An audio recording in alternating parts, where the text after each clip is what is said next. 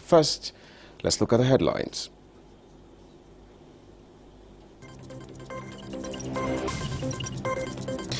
President Buhari back in Abuja after official visits to Katsina State and Doha. Court of Appeal reserves judgment on Osun State governorship election.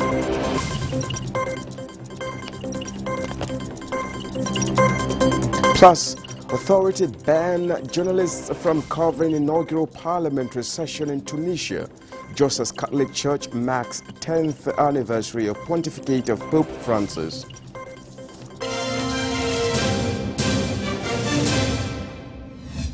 Once again, I thank you so much for joining us. President Muhammadu Buhari is back in Abuja after his official visits to Katsina State and Doha, the state of Qatar. State House correspondent Adamu Sambu reports that the president was received on arrival at Nnamdi Azikiwe International Airport by his Chief of Staff, Professor Ibrahim Gambari, FCT Minister Mohammed Musa Bello, and the Inspector General of Police Usman Akalibaba. Also at the airport were Director General, Department of State Services Yusuf Magaji Bichi, and other senior government officials. While in Katsina, President Buhari performed his civic duty during the last presidential and National Assembly elections by voting candidates of his choice. And in Qatar, the president participated in the 5th UN Conference on least developed countries. Now, the Court of Appeal sitting in Abuja has reserved judgment on the Osun State governorship election. The three-man panel of the appellate court, led by Justice Mohammed Shuaibu, gave the order in Abuja. Delia Tumbi reports.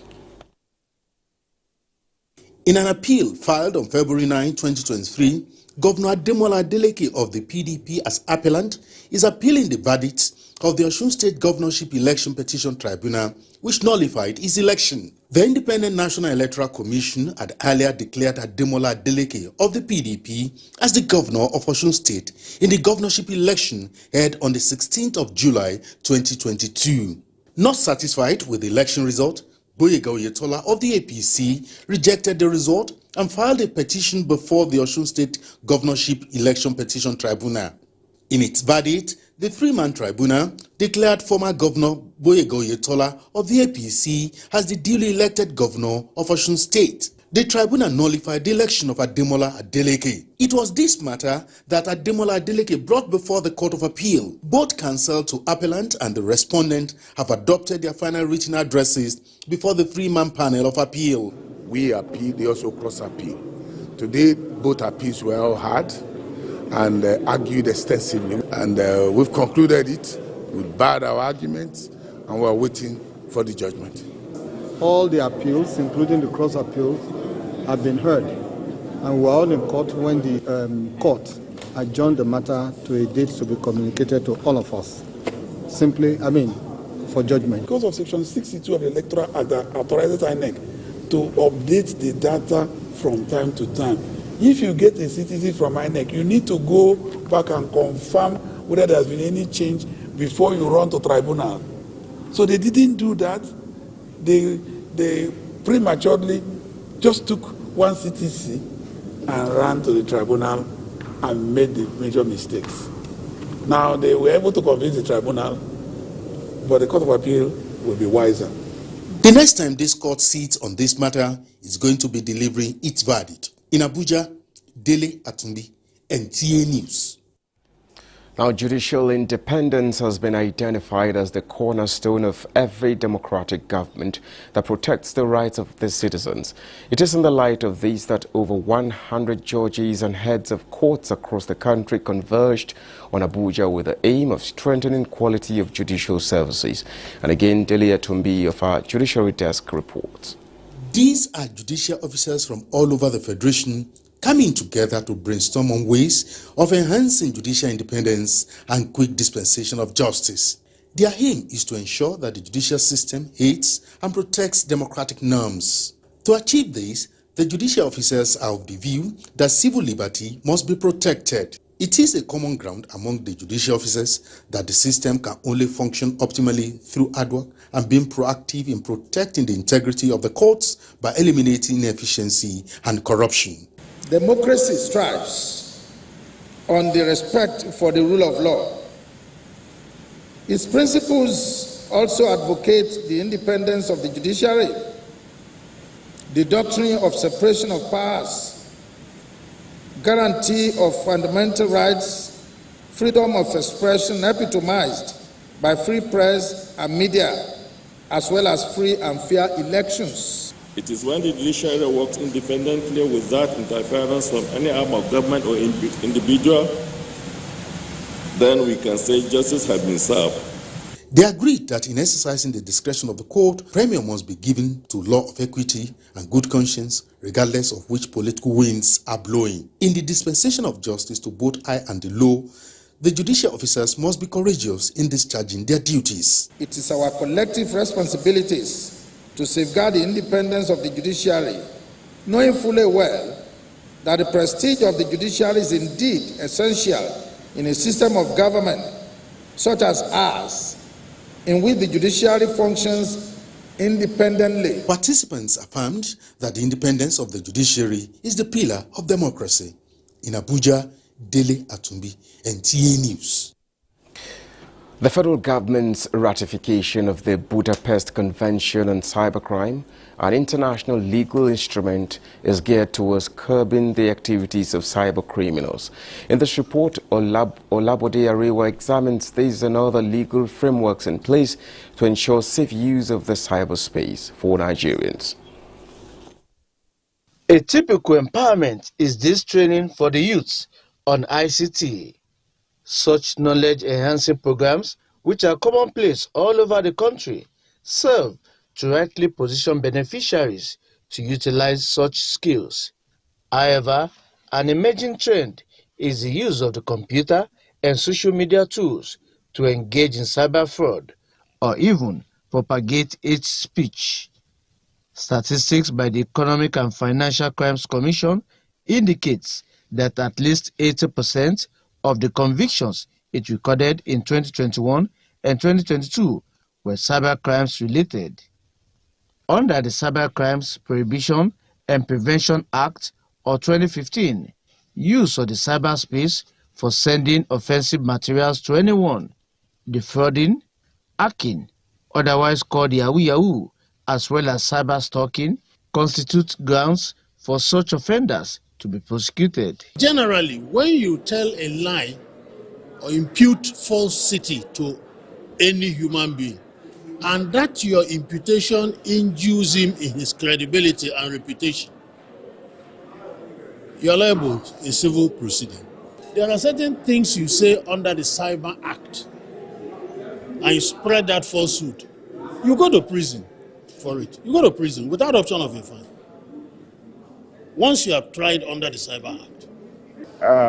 You see, election is coming, and people will throw tantrums and banters with each other. What we'll be saying is that, well, when you made a post on the social media, for instance, the law is that every person take the natural consequences of his act. You are liable for the post or whatever. But regarding fake news emanating from different parties, politicians here and there, we need to take cognizance of the law of defamation, either slanders or libel.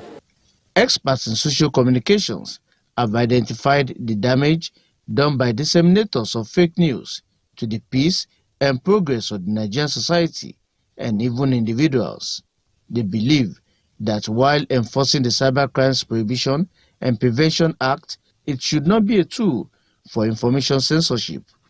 Already, the National Cyber Security Policy put in place in 2021 by anti-graft agencies in the country are already yielding positive results with the frequent arrest of suspected cyber criminals. In Abuja, Olabode Arewa, NTA News. Judicial now to political matters, where Governing All Progressives Congress has commenced engagement with its National Assembly members-elect in Abuja. Members who attended the meeting said it is in line with the party's ideology and desire to build a progressive and united political family. Saliu Gwana reports. After the successful presidential and National Assembly elections and certificate of return issued to them as National Assembly members-elect, The prospective members of the 10th National Assembly have been engaged by the party hierarchy to familiarize them with the party's demands. The meeting, organized by the National Working Committee of APC, was held behind closed doors at the presidential villa. Some members described the meeting as timely. Multiplicity of various political parties in the National Assembly will bring about better and more robust and people-oriented legislations that will impact positively on the life of Nigerians. It would also ensure that overriding national interests prevail much more than party interests. We're having a gubernatorial election which is coming out on the 18th of March. So the interaction focus about the gubernatorial election, which we believe that we are strong, but we want to be more strong. This is not the right time to talk about zoning. All we need now is to consolidate on our victory. We have won the presidential, and we should be able to at least take a minimum of 30 states. Prominent among the attendees are leaders of the current 9th National Assembly, Senator Ahmad Lawan and Honorable Femi Gbajabiamila, and the Vice President-elect Kashim Shettima. In Abuja, Saliu Gwanara, NTA News.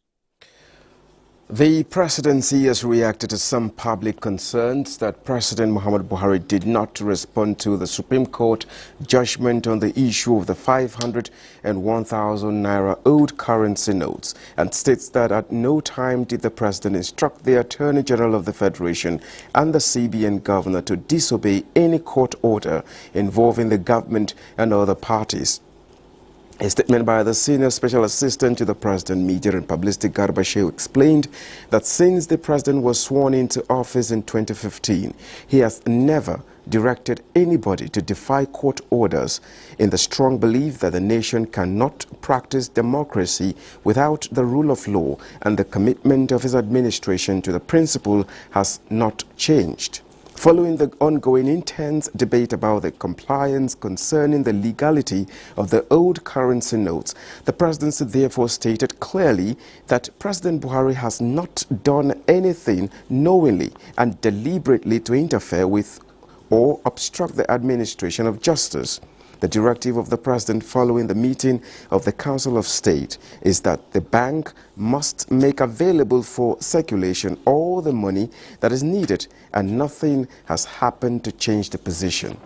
The negative campaign and personalized attacks against the president by the opposition and all manners of commentators is unfair and unjust, as no court order at any level has been issued or directed at him.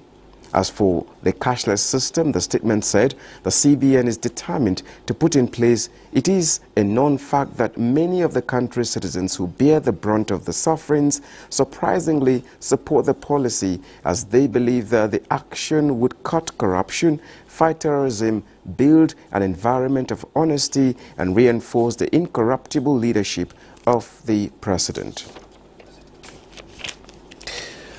The chairman of Independent National Electoral Commission, INEC, Professor Mahmood Yakubu, has assured Labour Party of access to all relevant documents to enable it pursue its case at the Election Tribunal.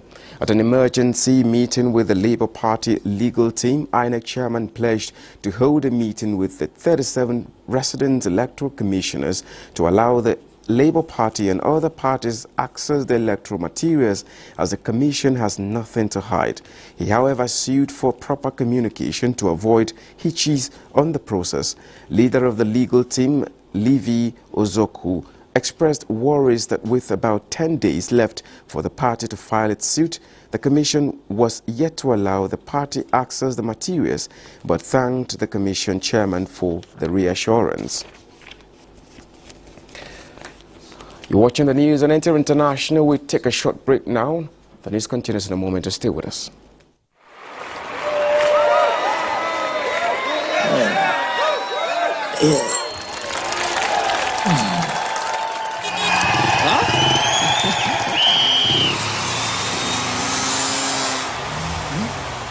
Latest entrant, latest technology. Welcome to Intel 4G LTE Advanced and experience super fast internet access today. Visit intel.com.ng or any of our stores in Lagos, Abuja, and Port Harcourt to get started. Intel. Live more. Mommy, it is time for us to leave this place. One of your earrings is missing. No one will find it. I'm not willing to take that chance. I have a big plan, Mommy. What do you want? I want a senior position at Dubai. If anything happens to me, go through the content of this envelope and check every single thing. It's done. No one will ever find out the truth.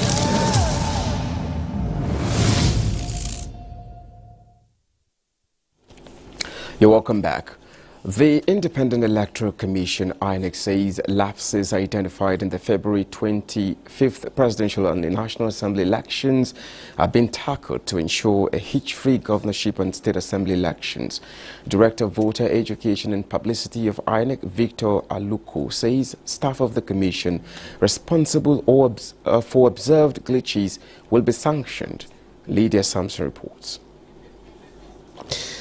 Details of this report will, however, come your way later in a subsequent bulletin. Now moving on, Britain colonized countries are commemorating this year's Commonwealth, celebrated on the 13th of March every year.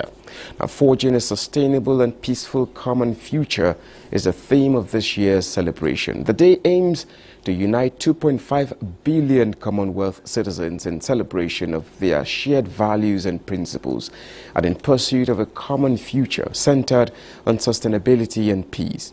The day also marks the 10th anniversary of the signing of the Commonwealth Charter, which outlines the values and principles that unify the 56 Commonwealth countries, representing 1/3 of humanity.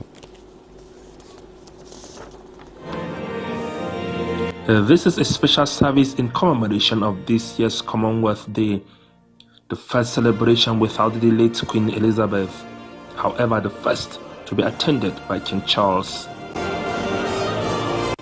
Forging a sustainable and peaceful common future is the theme of this year's celebration.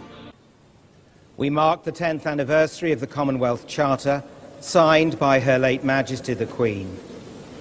We rejoice in the eager desire expressed there to build and sustain shared values and to have concern for the vulnerable.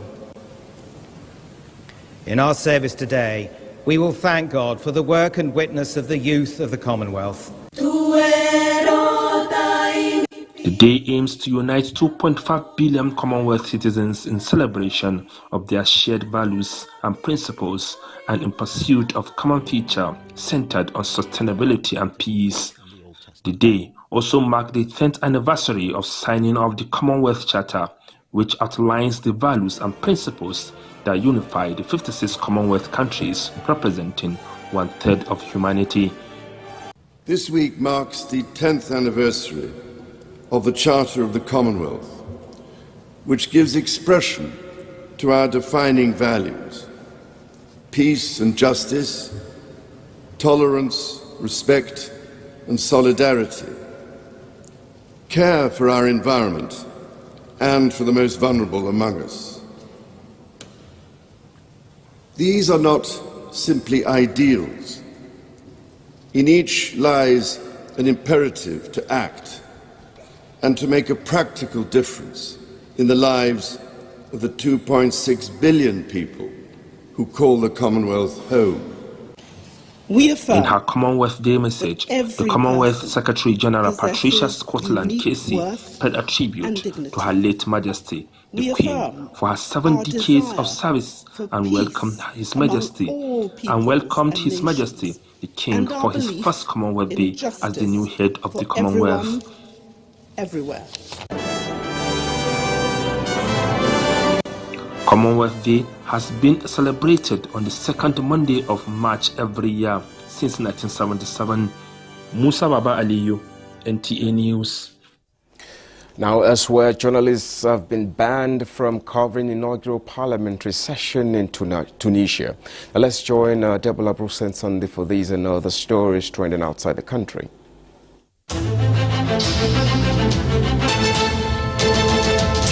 Chinese President Xi Jinping at Beijing's Great Hall of the People thanked thousands of delegates for giving him a third term. At the closing ceremony, he said, "We must fully promote the modernization of national defense and the armed forces and build the People's Armed Forces into a great wall of steel that effectively safeguard national sovereignty, security, and development interests." He also called for consolidated stability in once restive Hong Kong and unification with the self-ruled island of Taiwan, which China considers its territory. Meanwhile, China's new Premier Li Qiang warned that the country's 5% growth target for 2023 will not be easy to achieve. As its rubber-stamped parliament wrapped up over a week of meetings, the government set the economic growth targets of around 5% this month, one of the lowest in decades, as China emerged from strict zero-COVID rules that dragged on its GDP. Dozens of journalists representing private, local, and foreign media gathered outside the Tunisian parliament after being prevented from covering the inaugural session of the new Assembly of the People's Representatives. Sources reveal that only official Tunisian media were allowed to cover the session. What happened here hasn't happened in 11 years. Unfortunately, this is a new episode of confusion, an attack on freedom of the press and the right of access to information and the freedom of journalistic work. And the Catholic Church is marking the 10th anniversary of the pontificate of Pope Francis. As the first pope from the Americas, he succeeded Pope Benedict XVI, who resigned from the papacy in 2013. In 10 years, Francis has directed his efforts as reforming the church by emphasizing simplicity and concern for marginalized communities. In over 60 state visits, Francis has met with indigenous delegations in Canada and pushed for the mobilization of aid in the Democratic Republic of Congo. Adebola Brooks-Lane Sunday, NTA News.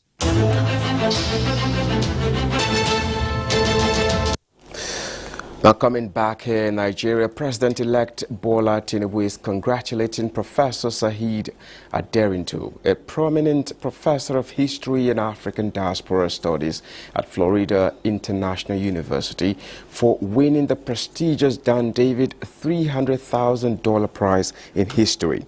Bola Tinubu recognizes that by this rare achievement, Professor Aderinto has not only further etched his name in academic excellence, but has also made Nigeria, Africa, and the entire black race proud, for which the continent must remain thankful to him. In a personally issued statement, the President-elect commends the selection committee of the International Award for recognizing the useful contributions of Professor Aderinto to the study of history and for making an excellent pick. Tinubu says the academic accomplishment speaks to the Nigerian can-do spirit and ability to be the very best wherever and in whatever field the citizens find themselves. He promises to do all that is necessary to get the Nigerian people to rise to any level they desire in all areas, including the academia. Now, the Joint Admissions and Matriculation Board, JAMB, says the 2023 mock UTME, earlier scheduled for Thursday, 16th March 2023, has been shifted to Thursday, 30th March 2023. The board, in a statement signed by its head Public Affairs and Protocol, Fabian Benjamin, notes that the shift in date is partly owing to the change in the date for the gubernatorial and state houses of assembly elections, earlier scheduled to hold on Saturday, 11th March 2023, but now moved to 18th March 2023. The statement further adds that candidates who registered earlier and indicated their willingness to take the mock UTME would be notified as to when to print their mock UTME notification slip, which would contain their centers and other details. The mock UTME is an optional examination introduced by the board to provide opportunity for candidates to have hands-on experience with the system, as well as afford the board an opportunity to ascertain its readiness and that of its partners for the main UTME, which is scheduled to hold between 29th April and 12th May 2023. Now, the Federal Ministry of Environment has directed temporary shutdown of junior secondary school Goi Sauka, a suburb of Abuja, over pollution from solar power batteries.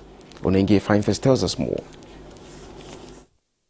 Installation of solar power in junior secondary school Goi Sauka in the Abuja Municipal Area Council is intended to provide off-grid, reliable source of electricity supply to facilitate learning and teaching. The idea is, however, threatening the health of the school community, no thanks to pollution from the solar power batteries, which are said to be emitting foul smell and discharging toxic chemicals.